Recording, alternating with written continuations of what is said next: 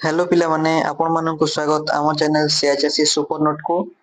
तो पिले आज आम पढ़िबा plus two second year economics बा अर्थशास्त्र रो पिले यूनिट 2 बा पिले चैप्टर 2 टॉपिक रहबो पिले उपभोग।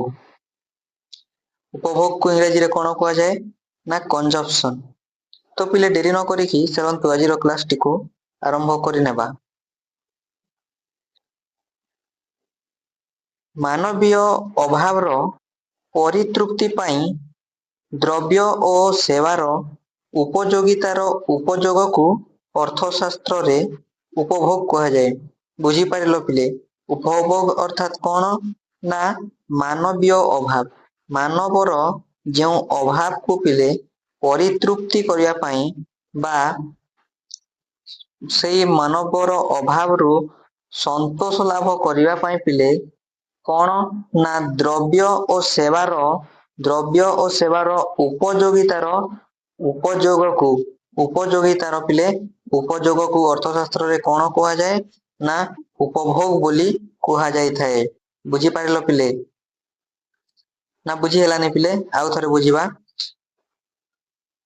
मानवीय अभाव रो परितृप्ति पाई मानवीय अभाव बा मनीषर अभाव रो पिले परितृप्ति पाइबा पाई मनीष कौन करि थाए ना पिले किछि जिनिस कंज्यूम करि थाए बा ग्रहण करि थाए एवं तार अभाव को परितृप्ति करि थाए बा अभाव को पूर्ण करि थाए। तो पिले से मनीषर अभाव को परितृप्ति बा पूर्ण करिया पाई जो द्रव्य और सेवार उपयोगितार उपयोग को पिले जो द्रव्य और सेवार पिले उपयोगिता रही थाए सेही द्रव्य और सेवार उपयोगितार पिले उपयोग को से उपयोगितार उपयोग को अर्थशास्त्र रे कौन कहा जाए ना उपभोग बोली कहा जाय थाए। बुझी पारिलो पिले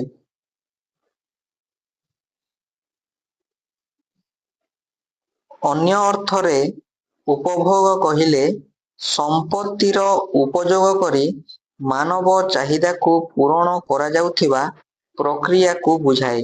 पिले उपभोग कहिले अन्य अर्थरे कौन ना अन्य अर्थरे उपभोग कहिले संपत्तिर पिले संपत्ति को उपयोग करिकी संपत्ति को उपयोग करिकी पिले मानवर चाहिदा को मनीषर अभाव को पिले पूरण करिया पाई जो प्रक्रिया अवलंबन करा जाय थाए सेही मानवर चाहिदा को पूरण करा जाउथिबा प्रक्रिया को पिले उपभोग बोली कहा जाए बा उपभोग को बुझाई थाए।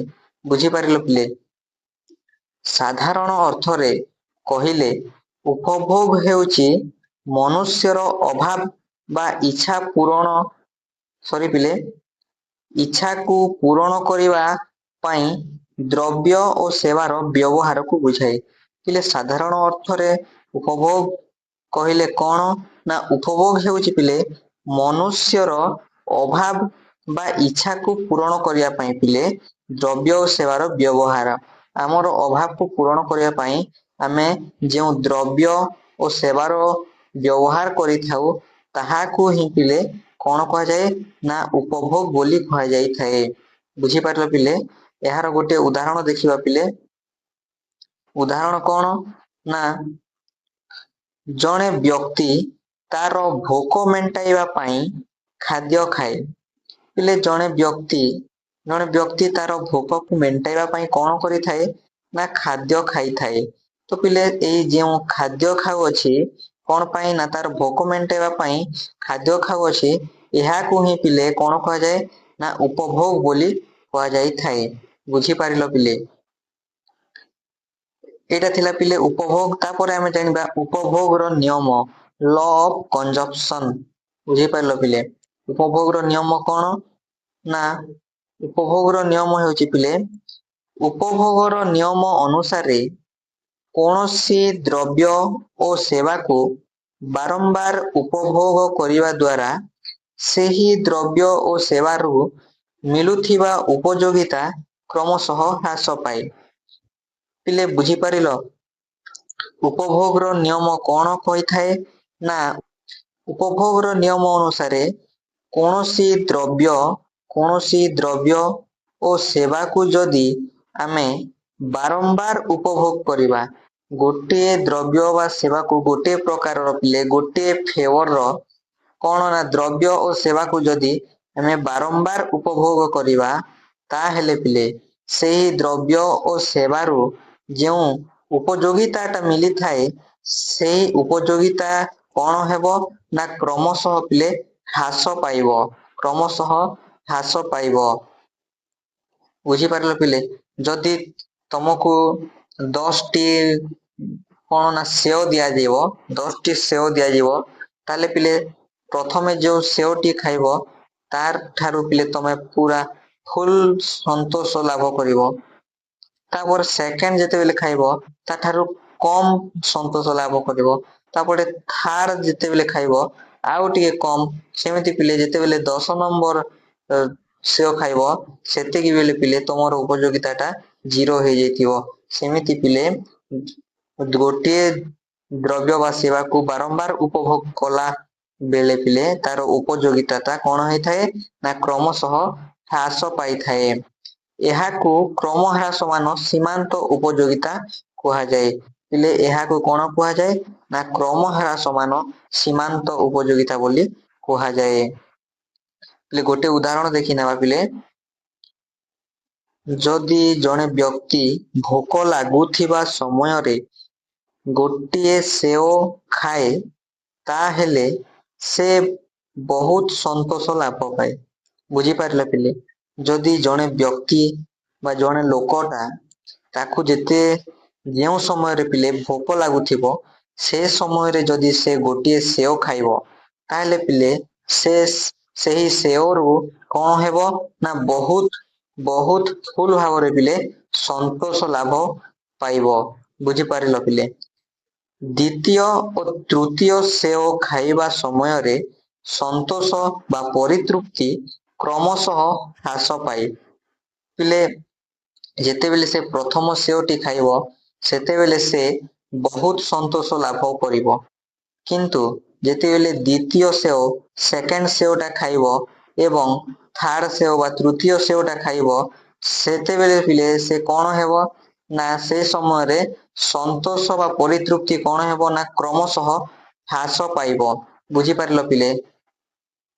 ଏହା ହିଁ ଉପଭୋଗର ନିୟମ। ଏଇଟା ହିଁ ଉପଭୋଗର ନିୟମ। ବୁଝିପାରିଲ ନା ବୁଝିପାରିଲନି ପିଲେ? ଦେଖନ୍ତୁ, 3ଟି ସେଓ ରହିଛି ପିଲେ, 3ଟି ସେଓ ରହିଛି। ଜଣେ ଯଦି ପ୍ରଥମ ସେଓ ଖାଇବା ଦ୍ୱାରା ସେ 10 ୟୁନିଟ ଉପଯୋଗିତା ପାଉଛି। ବୁଝିପାରିଲ ପିଲେ? 10 ୟୁନିଟ ଉପଯୋଗିତା ପାଉଛି।